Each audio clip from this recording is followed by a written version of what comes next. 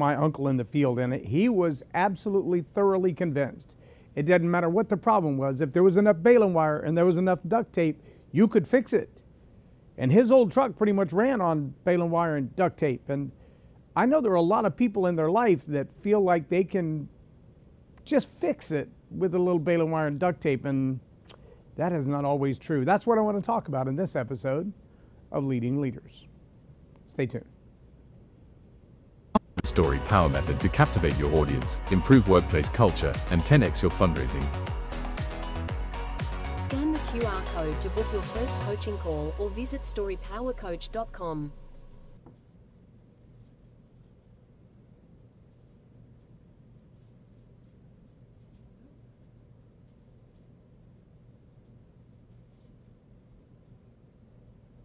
Hey, I'm Loren Norris here with Story Power Academy, and I want you to know we've got a new course dropping just next week. That course is called the Attitude Hack. If you've been a part of the Story Power community, you know that we work on crafting intentional stories. We mine those stories, we craft those stories, we connect those stories to an audience, and we lead a narrative with them. The next level is to take those stories and deploy them in the workplace. And so there's really three phases of that. The first one is we've got to understand the very contagious nature of an attitude. The second is, how does that attitude, those stories that we've been telling, how does that impact your brand and your culture? And then finally, we're going to discuss in this next course, 6 weeks course, we're going to discuss how do you as a leader engineer attitudes, because that's your job as a leader. If you've learned how to mind, craft, and deliver stories, now you're going to learn how to see them work in the workplace. I challenge you to be a part of the Attitude Hack beginning on June 9th.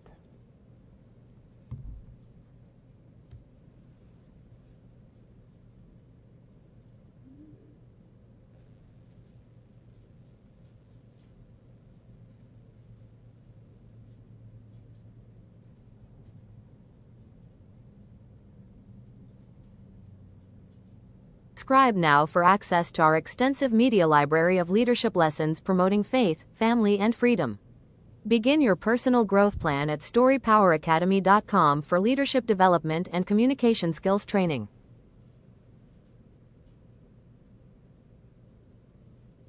I'm Loren Norris with Leading Leaders Podcast.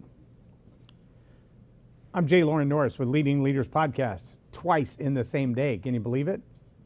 You know, it's amazing how often we think just a little tweak, just a little twist, just a little more duct tape, a little more baling wire, and whammo bango, it's going to be all good. It was the summer between my freshman and sophomore year of high school. My uncle worked in a body shop down in Freeport, Texas. And I was given an opportunity to go down there and learn some body work. He's a mechanic, had been all of his life, like ASE certified trainer. Not just a mechanic, can fix something under a shade tree. He was the guy GM Goodrich called in to train the guys that worked for them. So he knew what he was doing. He knew his stuff. And I had a chance to work in a body shop with some friends where they were rebuilding some old hot rods.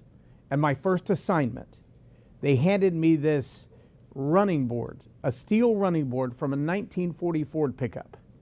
Now, I've always really admired the old bubble fenders, the 1940s, the 1939 Ford was gorgeous, the 54 Chevy, absolutely stunning. That's one of my bucket list cars, along with a 68 Fastback Mustang, like the one we owned when I was a kid.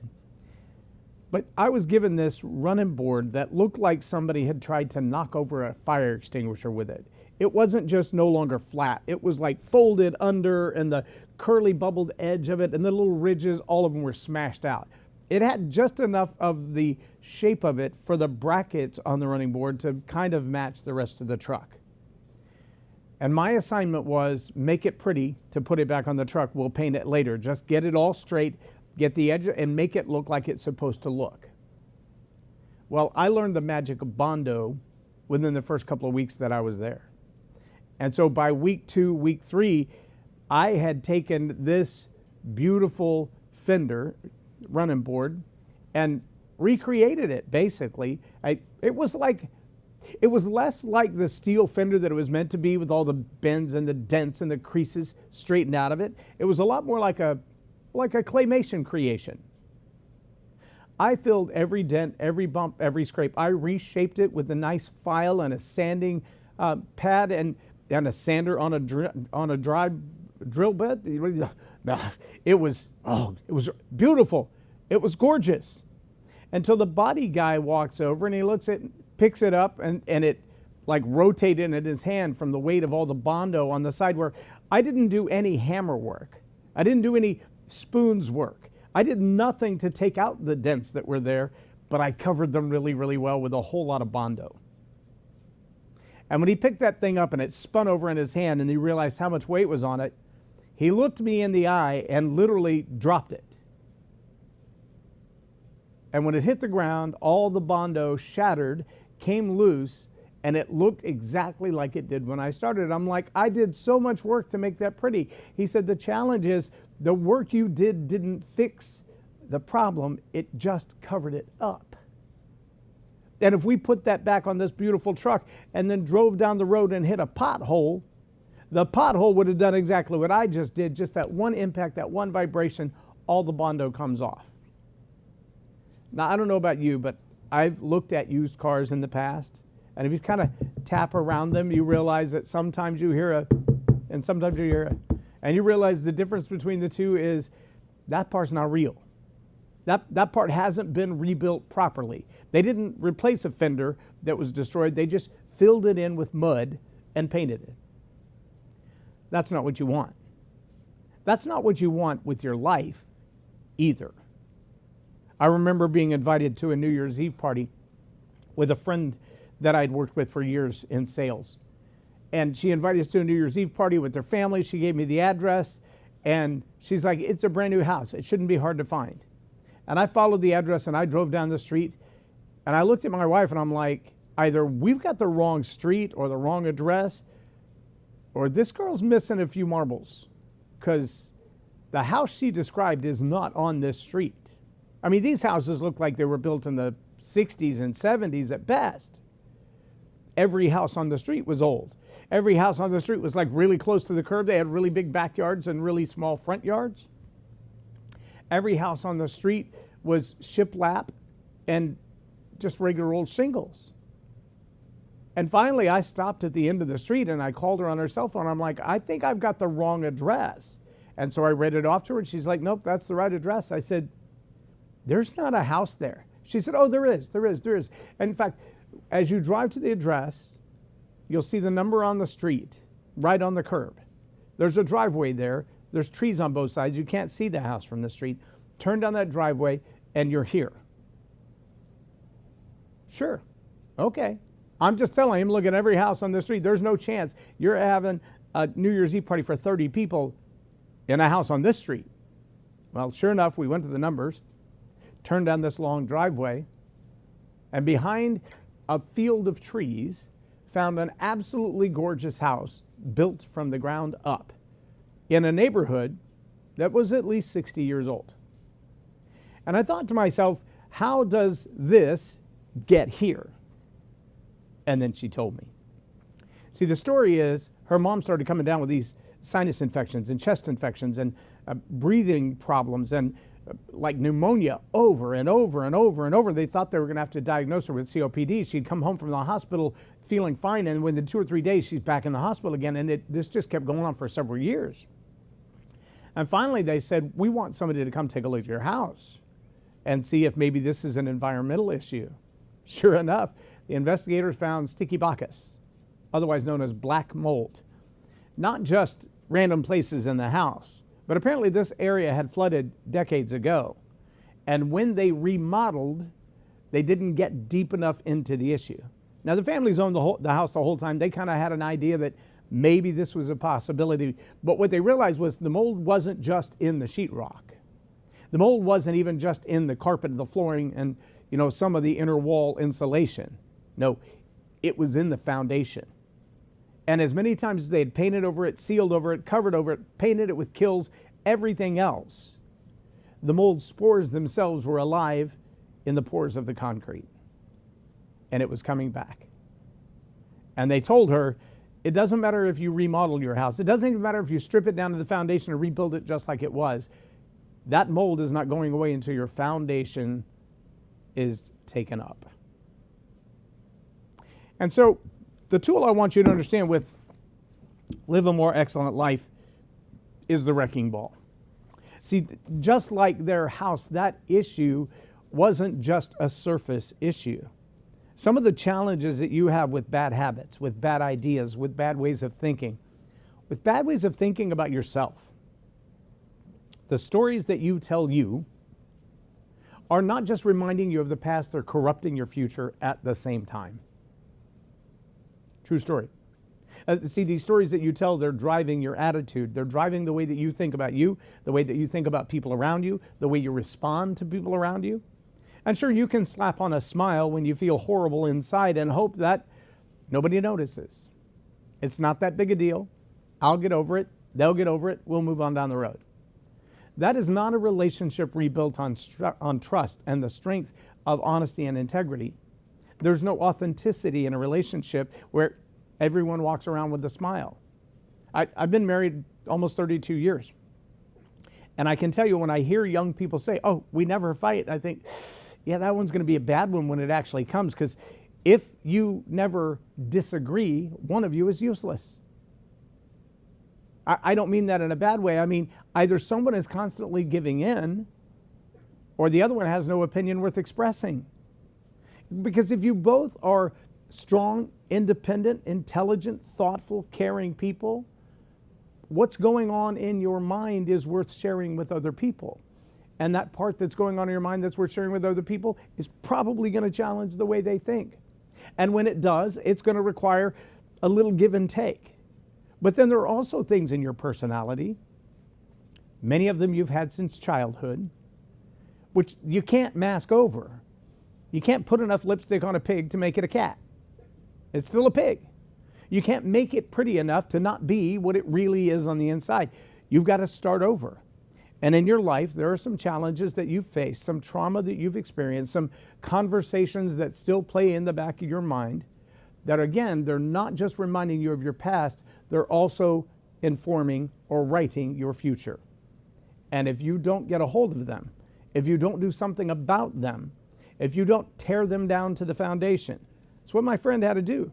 Her parents literally had to dig up the concrete foundation from their house, dig down into the topsoil several feet, place lye to kill anything else that would come up, put in new topsoil, put in new foundation soil, build a new platform to build their house on.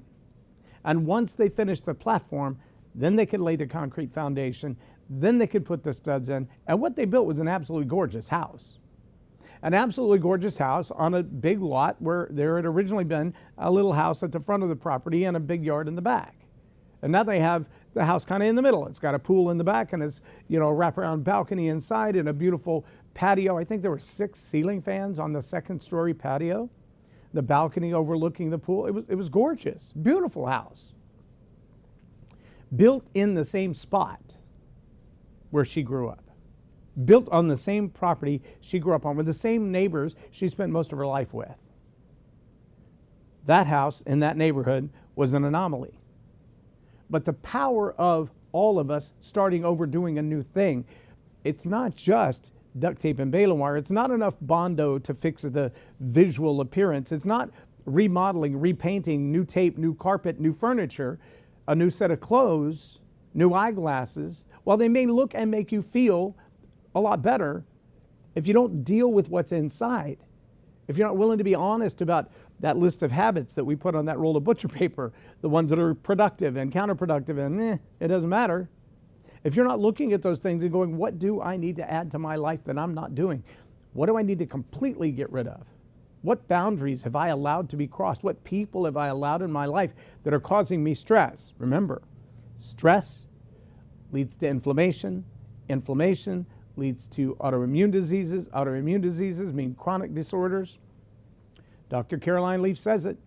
76 to 98% of all of the chronic diseases you'll experience in your life begin with toxic thinking. What's toxic thinking? It's thinking bad about the things that you should be thinking about and focusing on those negative thoughts. Now, somewhere along the process, you've got to not just bring a wrecking ball and completely pull out the foundation, dig out everything that you've been suffering with all this time. You've got to go one step further than that. You've got to begin to redirect. So in the chapter, the particular chapter that we're talking about today, your two tools for transformation are a wrecking ball, tear it down to the foundation, and 50 thank you cards. 50 thank you cards. Now here's what I want to challenge you to do with those thank you cards. I want you to acknowledge the fact that as your life is changing, you'll be surrounded by new people. And this new circle of friends, these new people that you've allowed into your life, this new set of boundaries that you've established, they're going to cause you to feel some kind of way too. And that new thing you're feeling is gratitude. Now, it's really hard to write thank you cards. I can tell you, I've done this experiment, if you will, with hundreds of high school students, mentored in a public high school with 2,500 students for 10 years. And our little homeroom class would go through this book and we'd go through this process, and I would bring thank you cards for everybody in the room, a couple of them, maybe 3 for everybody. And I would say, I want you to just think of someone that today you're grateful that they exist. Maybe it's something they've said, maybe it's something they've done, maybe it's an encounter that you had with them that made you feel better. Whatever it is, I want you to take a minute and just write out a thank you card, put their name on it. If you know their address, put that on there and I'll put a stamp on it, mail it to them. If you don't know their address, then I'm going to ask you to put that in your book bag, and the next time you see them, give it to them. And you would be amazed at the amount of quiet, I mean, utter quiet, staring into space, not even headphones in. The amount of time that it took for them to find someone that they could give a genuine thank you to. Now, I don't mean, hey, thank you for being nice to me. That's a good start, but I mean, be specific. What is it that you're grateful for? In the attitude hack, the attitude of gratitude is one of the top productive tools that you can initiate in the workplace. And when you have an attitude of expectation together with an attitude of gratitude, those two things dynamically change relationships in your company, in your business, in your clientele. They will completely reshape the company that you have, the team that you work with. Because expectation tells them, this is what I need from you, very specifically. And gratitude says, thank you for meeting those very specific expectations. Sometimes in our personal relationships, we haven't clearly articulated, here's what I need. My wife's love language, for an example, is words of affirmation. That's one that I struggle with. Gratitude is something I have to focus very hard on. It's not my nature. It's not the way I grew up. It's not the way my family was when I was growing up. And so it's not a habit. It's a habit I had to create. It's a habit I have to focus on. It's a series of choices that I have to make in order to see my life and the lives around me be better. So I'm going to challenge you. Go to the dollar store if you have to. Go to your local box store or wherever. Buy a box of thank you cards. And I don't care if they're just little bitty square cards with a little bitty envelope and they say thank you on the front of them. On the inside, I want you to write something specific to a specific person. Not thank you for existing, but thank you for, what have they done in your life? What did they mean to you? And I'm willing to bet you that as you continue to reflect on the things that the people around you have done to make your life better, you're going to begin to realize you can do the same thing for other people. And even if they don't express their gratitude in the way that you have expressed your gratitude to the people who have impacted your life, your attitude toward those people will change. Both the ones who made your life better and the ones whose life you've made better. They may never say thank you. Maybe they weren't trained that way. Maybe they don't have that expectation. But if you will tear down the walls of the things in your life that have held you back in the past and begin to rebuild your life with gratitude, you're going to find you're an entirely different person. Listen, if you don't have this book, Live a More Excellent Life, you can get it on Amazon. You can get it on our website, storypoweracademy.com. Just look for the Live a More Excellent Life. It's actually an entire online training course. You can go through the course. You can get the 9 lessons of mastery. It's the same content, but it's redeveloped for mentoring. If you purchase that course, when you're done with it, you can teach it. You can use the same material you use to study it and go out and teach it. And I don't care what you charge them. You don't owe me anything. I just want this content out there, because if you'll use a wrecking board and some thank you cards, That wrecking ball will tear down the pains of the past, and the thank you cards will build you into a new somebody. Right here on page 79, it says, you will find yourself with a new circle of friends when you start to take responsibility for your own life, because you will begin to expect it of others. Acknowledge that. You will see yourself through new eyes when you feel energy return, witness the pounds melting away, drink in the joy and return that you avoided for so long. You deserve it. Acknowledge that. You will look back at some of the goals that you set to move forward in your vision, and you will want to shout it. Let us sing and be happy, or dance and be happy, until let us sing and dance along with you. That's a victory. Acknowledge that. Get some thank you cards. Let the people around you know, I'm grateful that you're part of my life. That attitude of gratitude will reshape your future faster than anything you can possibly imagine. I know you think I'm crazy right now. Go try it. Be grateful. See what happens. I'm Loren Norris with Leading Leaders Podcast for Tell It Like It Is TV. Have a blessed day. For access to our extensive media library of leadership lessons promoting faith, family, and freedom. Begin your personal growth plan at storypoweracademy.com